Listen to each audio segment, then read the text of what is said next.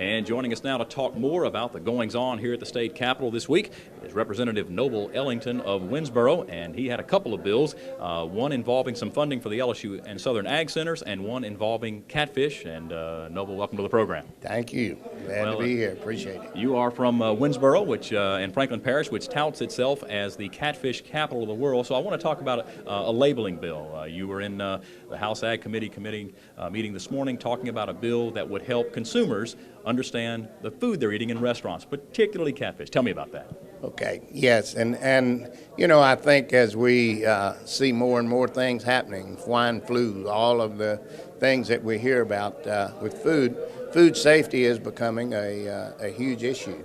And the bill partly pertains to that, but also what it will do is just let the consumer know that if they're buying or eating catfish in a restaurant, if it comes from someplace other than the United States.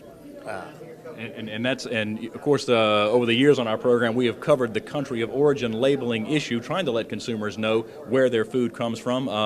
In this instance, the bill, if approved, would essentially make restaurants let their patrons know where the food they're eating comes from. Now, would that be done either by something on the menu or a sign in the window? How would that work? By something on the menu, yes. And I also think that I think if it's from some other country, they would have to let you know. If it's from the U.S., then it's still okay. And I also want to talk about HB1, the budget bill. You were successful in earmarking about $10 million, $9 million of that for the LSU AgCenter and $1 million for Southern. Those folks out there at those Ag Centers are worried right now. Tell me what this funding does.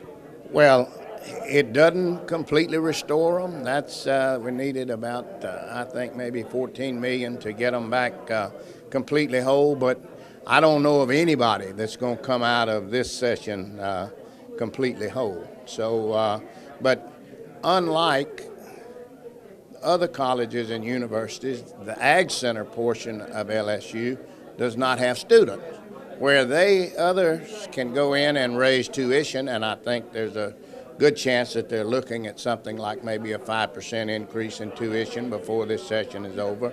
The Ag Center gets none of that. So if they're going to be able to continue to operate, and I don't know how to stress the importance of the Ag Center, but when you look at the experiment stations scattered all around the state and the other parts of the Ag Center that's located in every parish, this is something that I feel is very, very important to the ag industry, and if we let them go down the tube, then agriculture won't be far behind.